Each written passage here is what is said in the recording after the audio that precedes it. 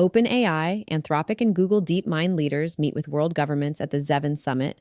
SpaceX buys Cursor for $60 billion, and ChatGPT loses its majority share for the first time since its launch. Welcome to DJAMGAMIND Daily AI Intelligence for June 17th, 2026. I'm Anna. This podcast is researched and produced by Etienne Nomen, senior software engineer and passionate soccer dad from Canada. Today, we may be witnessing the emergence of the next phase of artificial intelligence. At the G7 summit in France, AI leaders sat down with heads of state to discuss international rules, trusted partnerships, and the future governance of frontier AI. Meanwhile, Elon Musk's SpaceX has expanded its AI ambitions with the acquisition of Cursor, and open-source models are rapidly approaching the capabilities of the world's most advanced closed systems. At the same time, OpenAI's losses are exploding, ChatGPT's market share is slipping below 50%, and Microsoft CEO Satya Nadella is warning companies that renting intelligence may not be enough. We'll also examine Meta's internal struggles, the rise of AI agents, and why the next AI battle may have less to do with chatbots and more with ecosystems. Let's unravel the future. In 2025, OpenAI generated just over $13 billion in revenue, which, for almost any software company on Earth, that is an absolute fantasy. Right, it's the ultimate dream scenario. Exactly. And yet, while bringing in that $13 billion, they somehow managed to post a net loss of over $38 billion in a single year. Yeah, it's almost hard to comprehend. It really is. Welcome to the Deep Dive. Today, we're looking at why the AI financial bubble is violently colliding with global geopolitics. For this briefing, our mission is to act as forensic venture strategists and sovereign risk analysts for the DJAMGAMIND intelligence channel. And as a reminder, this deep dive is researched and produced by Etienne Nomen, senior software engineer and founder at DJAMGAMIND based in Canada. And it's a profound collision we're looking at today. We're going to analyze this structural shift where the sheer, mathematical weight of computing costs is just completely fracturing the global tech ecosystem. Yeah. So today's date is June 17th, 2026. And the core narrative we're unpacking is, quote, the fragmentation of frontier alliances and the monetization of token capital. But before we get into the heavy data, I do need to take a quick pause here. Yeah, that's probably a good idea given the sources today. Right, because our sources today contain some highly sensitive, politically charged actions from global entities, including the Trump administration and the European Commission. So we want to be crystal clear with you. We do not take sides, nor do we endorse the viewpoints of any political entity mentioned. Our strict mandate is to impartially convey the factual intelligence contained in today's source material. Which is exactly the framework this moment requires. We need to be clinical here, mathematically rigid. Because we look at the macro-political level first, the overarching narrative of a unified, Western-led AI monopoly has, it's officially broken down. Completely fractured. Exactly. The cracks were fully exposed at the recent G7 summit in Evian-le-Bain, France. You had these top technology leaders, Sam Altman, Dario Amodei, Demis, Hassabis, sitting at the same table with U.S. leadership. Right. President Trump, Treasury Secretary Scott Bessent, Commerce Secretary Howard Lutnick, Marco Rubio. Yeah, heavy hitters. And the agenda was supposedly about establishing unified global AI development rules. But the reality in that room was very different. Yeah, because instead of unity, we saw this attempt to build a fortress. Commerce Secretary Lutnick pitched this thing called a Trusted Partner AI Pact. And from my reading of the briefing, the goal is basically to create a VIP club for compute. That's a good way to put it, yeah. The U.S. wants to give allied nations priority access to the absolute highest tier frontier models while explicitly locking out adversaries. Specifically China. Right. It is a very clear strategic intent to build an impenetrable sovereign moat around Western AI capabilities. The problem, though, is that the U.S.'s closest allies are completely rejecting the premise. Right to their faces. Yes. The European Commission's Henna Virkkunen aggressively pushed back, calling these U.S. export controls outright, quote, discriminatory.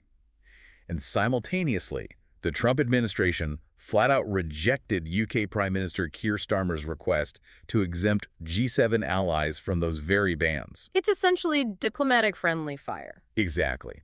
And the friction isn't just international. It's happening right inside the U.S. tech sector. Yeah. The focal point of this entire blockade seems to be Anthropic. Oh, yeah. The Commerce Department actively blocked the export of Anthropic's Fable and Mythos 5 models, citing, national security concerns. But if you look at the New York Times reporting, the internal sentiment at Anthropic is that this has absolutely nothing to do with security. Not at all. Employees actually suspect they're being singled out over a political grudge. The exact phrase they use, which is wild for a geopolitical briefing, was that they're being bullied based on bad vibes. Yeah, and when policy is dictated by bad vibes, you inevitably create massive collateral damage in your critical infrastructure. This blockade has triggered a huge, organized reaction from the cybersecurity sector. The open letter. Right. Over 100 cybersecurity executives, industry heavyweights like Alex Stamos, alongside leaders from Adobe, Zoom, NVIDIA, they just published this free Fable open letter. Their core argument is that banning the export of these advanced models is actually handcuffing the defenders. Because the bad guys already have similar tools. Exactly. The letter specifically points out that adversarial models, like OpenAI's Daybreak, are already doing the exact same kind of automated flaw finding. So are we basically treating these AI models like nuclear stockpiles, but locking our own cybersecurity engineers out of the silo while the blueprint is already leaking to adversaries? I mean, the nuclear silo analogy captures the dynamic perfectly.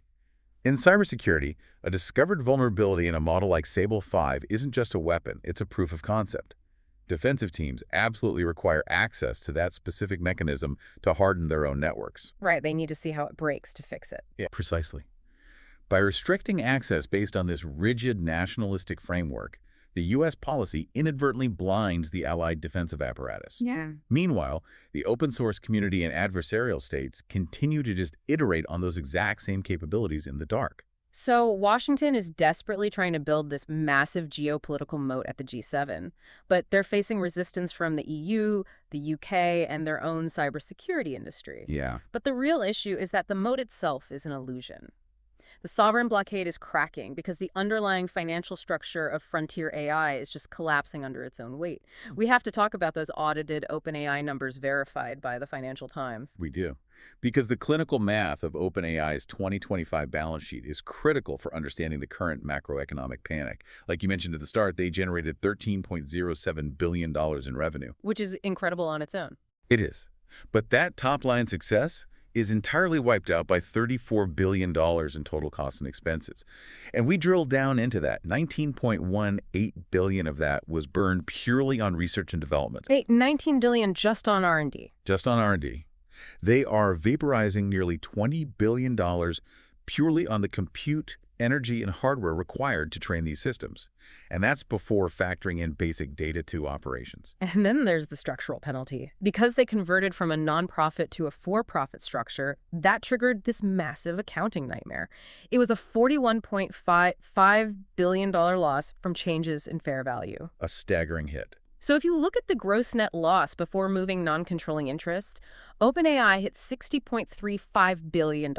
That is an unbelievable hemorrhage. And it's not just them, right? No, it's systemic. Look at NVIDIA. They're currently out in the debt markets, raising $20 billion through 2 to 30-year bonds managed by JP Morgan, Morgan Stanley, Goldman Sachs, just to keep funding this hardware build-out. And Anthropic is dealing with a federal lawsuit accusing them of overselling Claude subscriptions because they actually have to throttle usage way below their advertised limits just to save on compute costs. Right. The compute is just too expensive. So with a $38 billion operating hemorrhage, I have to ask, is OpenAI actually a functioning business at this point, or are they just a subsidized compute sinkhole hoping to achieve AGI before the bond market cuts them off? Well, from a forensic venture analysis perspective, they're operating much more like a sovereign infrastructure project than a traditional SaaS business. Yeah, that makes sense. The fair value loss is a paper reality of corporate restructuring, sure, but that $19 billion R&D burn, that is hard cash vaporizing into server farms. NVIDIA raising $20 billion in the bond market indicates that the entire ecosystem is currently floating on leveraged tech debt. Wow. If these frontier labs cannot figure out how to monetize their models fast enough to outpace their computing costs, the debt markets will eventually enforce a brutal systemic correction. When OpenAI's audited losses explode past $38 billion in a single year, and tech giants like Microsoft are forced to integrate external open source models just to survive the compounding costs of autonomous task loops, throwing unmonitored cloud compute at your business is financial suicide. You need absolute structural visibility. We want to thank our sponsor, AIRA, for making today's briefing possible. ARAA provides the precise enterprise-grade AI management platform that modern organizations need to manage multi-model portfolios, track exact token capitalization, and enforce strict regulatory compliance. Lock down your enterprise compute architecture via the link in our show notes. And that transition from OpenAI's financial crisis to Microsoft's current strategic pivot, it's the perfect illustration of this desperation in the market. Right. To manage these compounding costs, the major tech giants are quietly abandoning the unified Western alliance narrative in favor of pure economic survival. We are seeing it happen in real time with Copilot. Microsoft is moving their Copilot Cowork agent to usage-based pricing. Their executive VP for Copilot, Charles Lamanna, openly admitted that users who are automating hundreds of tasks a week are generating what he literally called bonkers bills. Because the agents are always running. Exactly. When you have an agent running continuously prompting itself, checking its work, eating tokens in the background, unlimited use pricing becomes mathematically impossible. So what is Microsoft's emergency pivot here? They are officially exploring hosting a fine-tuned version of China's DeepSeek v4 on Azure. Yeah. They are actively looking to Chinese models as a cheaper alternative to Anthropic and OpenAI. Which represents a profound structural shift. Yeah. DeepSeek has massive momentum right now. The startup recently raised over $7.4 billion, pushing their valuation past $50 billion. And their founder, Liang Wenfeng, personally contributed $3 billion of that round. Wow. But the deeper existential threat to the Western frontier monopoly is what we call the open weights contagion. A Chinese AI lab known as ZAI just released a model called GLM-5 Torton 2, and they released it under a highly permissive MIT license. Meaning anyone can use it or commercialize it for free. Exactly. For free. And the specs on this are wild. It has a 1 million token context window. I mean, you could drop an entire corporate code base or a whole library of books into a single prompt. Yes, the capacity is massive. And across critical coding benchmarks, GLM 5.2 is rivaling top-tier closed Western systems like GPT-5.5 and Claude Opus 4.8. And it does it for pennies. But hold on, I have to ask about the geopolitical contradiction here. Go for it. If Microsoft, the absolute anchor of American tech, has to rely on Chinese models just to make their unit economics work, doesn't that immediately invalidate the entire trusted partner pact Lutnick was pitching in France? Completely. I mean, Microsoft is attempting to thread an incredibly fine needle here. Their argument is that by hosting DeepSeek v4 entirely within their Azure cloud infrastructure, they maintain total customer data sovereignty and enterprise security. The data doesn't leave the U.S. Right, but economically? Economically, your assessment is spot on. The entire premise of a trusted partner pact assumes that the U.S. and its allies hold a monopoly on the capability itself. Models like GLM 5.2 and DeepSeek v4 prove that the capability moat has completely evaporated. The Western capital structure simply cannot sustain the exorbitant cost of closed proprietary models when open weights alternatives are flooding the market, offering the same intelligence for a fraction of the cost. Because foundation models are commoditizing, the AI model is no longer the product, it's just raw material. And because it's too expensive to exclusively rent, the center of gravity in the tech world is violently shifting away from the models themselves. Toward the agents. Toward the proprietary autonomous systems, the agents that utilize them. Satya Nadella just released a memo that completely redefines corporate value along these lines. And Nadella's framing in that memo is mathematically precise. He divides a modern corporation's value into two distinct buckets: human capital and token capital. Token capital. Right. He argues that renting a frontier model from OpenAI gives a company absolutely zero competitive advantage because your competitors can rent the exact same model. Naturally. The true edge, he asserts, is building a proprietary learning loop of company-specific workflows, data, and judgment. His ultimate test of control is simple. If you swap out the underlying foundational model for a different one, does your company's expertise stay intact? If yes, you own your token capital. If no, you are just a tenant renting someone else's compute. Nadella is essentially saying the AI model should just be a replaceable AA battery. The true enterprise value is the machine you put the battery into. If you don't own the machine, you have zero leverage. That's a perfect analogy. And the consumer data backs this up perfectly. Sensor Tower just released numbers showing that for the first time ever, ChatGPT has lost its market majority. It dipped to 46.4%. That's a huge milestone. No, it's still the behemoth in the room with 1.1 billion monthly users compared to Gemini's 662 million and Claude's 245 million. But the monopoly is over. Users are freely switching between chatbots depending on the task. The game is no longer about who has the smartest conversational bot. It's an aggressive race to build agentic architecture. And we can see this consolidation of token capital playing out in massive M&A deals. Look at SpaceX. They just executed a $60 billion all-stock acquisition of the AI coding startup Cursor. $60 billion. Yes, fueled heavily by SpaceX's shares surging past $200 post-IPO, which incidentally pushed Elon Musk's personal wealth over the $1 trillion mark. But they didn't buy Cursor to have a better chatbot. Cursor CEO Michael Truel stated their next model is designed to be generally intelligent and will integrate directly into SpaceX's Grok Build platform. Right, they are building an autonomous engineering loop.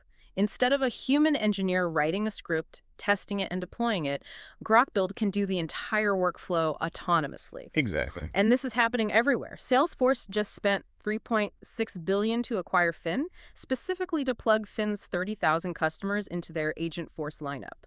You have a Japanese lab, Sakana AI, rolling out a system called Marlin. Marlin is an autonomous research agent that doesn't just answer a prompt. It can run for 8 hours straight. Unsupervised. Yeah. It searches the web, reads papers, synthesizes data, drafts a report, tests its own conclusions, and refines them while you sleep. And then Cartesia is launching Sonic 3.5 and Ink 2, pairing seamless speech and transcription. Everyone is rushing to build the machine, not the battery. However, this aggressive transition to autonomous agent ecosystems introduces a severe friction point. As these learning loops become deeply integrated into corporate infrastructure, companies are realizing they need these agents to operate in the physical world. They have to interact with daily human workflows. Which is messy. Extremely. This is where the pristine mathematical logic of token capital collides with the unpredictable nature of human capital.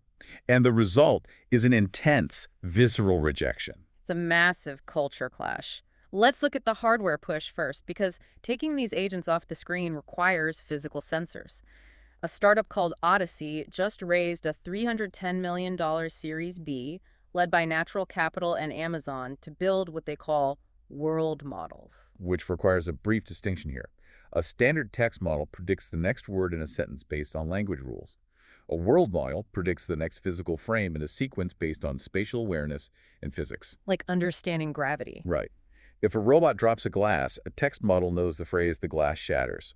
A world model understands the velocity, the surface tension, and exactly how the shards will scatter across the floor.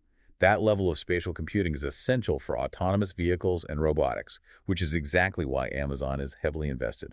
And the major consumer brands are chasing it too. Apple is reportedly testing AirPods with built-in cameras, scheduled for late 2027, just to give Siri visual context of your surroundings. Snap just debuted AR specs for see-through computing, but they cost $2,195. And JCal even noted that consumer viability for those glasses is still 1 or 2 generations away. It's a massive capital sink. But think about the disconnect here. We are literally building $2,000 augmented reality glasses and camera-equipped AirPods for a consumer base where 60% of people wince the second they see the acronym AI on a billboard. The sentiment is terrible. A WordPress VIP report released this week showed exactly that. 60% of U.S. consumers find AI messaging an immediate turnoff, and 86% do not fully trust AI outputs and demand original sources. So we're shoving cameras onto their faces when they actively distrust the technology. The dissonance between capital expenditure and consumer sentiment is staggering. And it's even birthed counter-movements within the startup space itself. A founder named Thais Castello Branco launched Taste Labs with the specific codified mission to end AI slop. I saw that went viral. Yeah, she went viral because she's attempting to embed aesthetic design and human curation back into these models to prevent the internet from becoming a wasteland of synthesized mediocrity. But it's not just the consumers who are rejecting this. The human capital, the very employees building these systems, are revolting.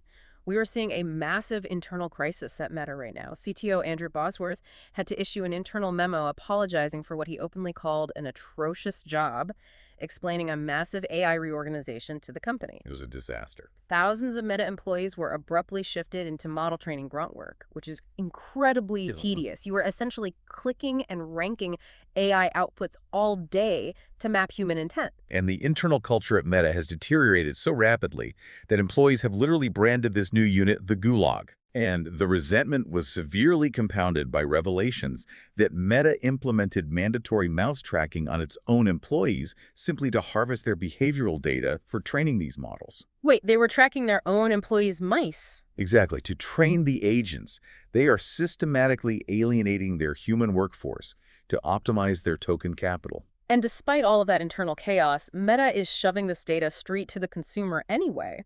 They are currently rolling out Meta AI mode on Facebook, which replaces traditional search with synthesized answers pulled directly from public Facebook groups and Reels, powered by their Muse Spark model. It's incredibly risky. They're even testing paid tiers for this at $7.99 and $19.99 a month. But think about the risk there. If your AI agent is summarizing unvetted user posts from random Facebook groups to answer queries, you are creating a feedback loop that injects outdated, highly misleading information directly into the daily lives of millions of people. So if we synthesize everything we've examined today, a very stark picture emerges. Structurally, the Western AI alliance is fracturing politically, fundamentally undermined by the mathematical reality that they cannot contain open weights models like DeepSeek or GLM 5.2. Right.